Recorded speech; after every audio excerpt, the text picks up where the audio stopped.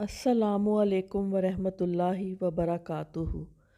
दोस्त को घर के दरवाजे तक आने की कभी इजाज़त ना दें।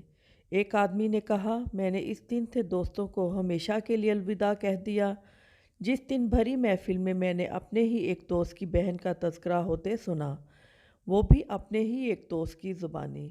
इस दिन मुझे इस बात का यकीन हो गया, ये दोस्त नहीं, ये दोस्ती के नाम पर धब्बा हैं। मैं इनकी लाख अच्छाइयों को देख लूँ लेकिन ये इज़्ज़त के दुश्मन हैं। दोस्त इसकी बहन का तज़किरा कर सकता है तो लाज़मी बात है जिसकी बहन का तज़किरा मेरे सामने हो सकता है, इसकी मौजूदगी में और मेरी गैर मौजूदगी में मेरी बहन का भी इसके सामने तज़किरा होता होगा।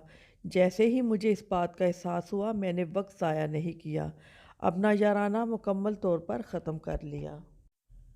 आज बस सलाम दुआ होती है, मैं हर किसी से दोस्ती नहीं करता। दोस्ती एक मुक़द्दस रिश्ता है, लेकिन आज के कुछ दोस्त इतने कमीने होते हैं। दोस्ती ही इसलिए करते हैं जिसके घर में जवान बहनों की मौजूदगी पाते हैं या जिसके साथ इसकी बहन को आती जाती देखते हैं। आज चूँकि फ़ितनों का दौर है तो मेरा मुखलसाना मशवरा है, अगर आपके घर में जवान बहन है तो फ़जूल दोस्ती याराने रखने से परहेज़ करें। अगर दोस्ती करनी भी है तो अपने दोस्त को अपने घर के दरवाजे तक आने की भी इजाज़त ना दें।